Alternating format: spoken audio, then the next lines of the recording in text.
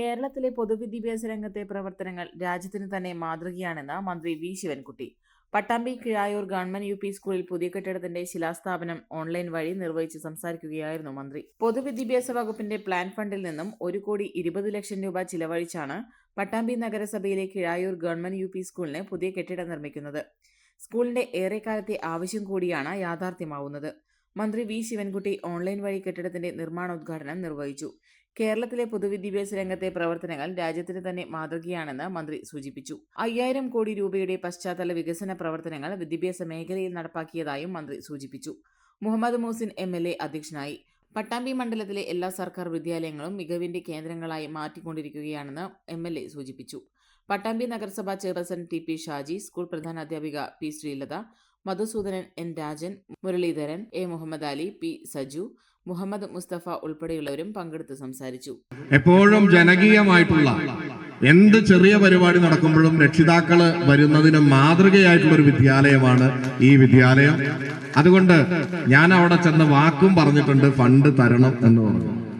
മന്ത്രി 1 കോടിക്ക് പകരം 1,20,00,000 രൂപ അനുവദിച്ച് തന്നു. അതിന് പ്രത്യേകം ബഹുമാനപ്പെട്ട വിദ്യാഭ്യാസ വകുപ്പ് മന്ത്രിയോട് നന്ദി അറിയിക്കുകയാണ്.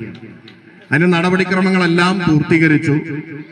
ഇപ്പോ അതിന്റെ നിർമ്മാണം ആരംഭിക്കുകയാണ്. കിഴായൂർ സ്കൂളിനെ സംബന്ധിച്ചിടത്തോളം ഇതിനു മുമ്പ് ഇതുപോലെ നിങ്ങൾ ആവശ്യപ്പെട്ട ഒരു കാര്യമായിരുന്നു ബസ്. ആ ബസ് ഇപ്പോ യാഥാർത്ഥ്യമായി കഴിഞ്ഞു. ഈ കെട്ടിടത്തിന് പുറമെ ഇപ്പൊ ഈ വർണ്ണക്കൂടാരം, അതിമനോഹരമായിട്ടുള്ള വർണ്ണക്കൂടാരം യാഥാർത്ഥ്യമായി.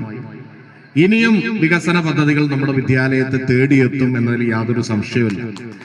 ഞാൻ വീണ്ടും പറയാൻ ആഗ്രഹിക്കുന്നത്, രക്ഷിതാക്കളുടെ ഇൻവോൾവ്മെന്റ് ഏറ്റവും കൂടുതലുള്ള PTA ആണെങ്കിലും പൂർവ്വ വിദ്യാർത്ഥികളാണെങ്കിലും എപ്പോഴും സജീവമായിട്ട് നിൽക്കുന്ന വളരെ കുറച്ച് സ്കൂളുകളാണുള്ളത്.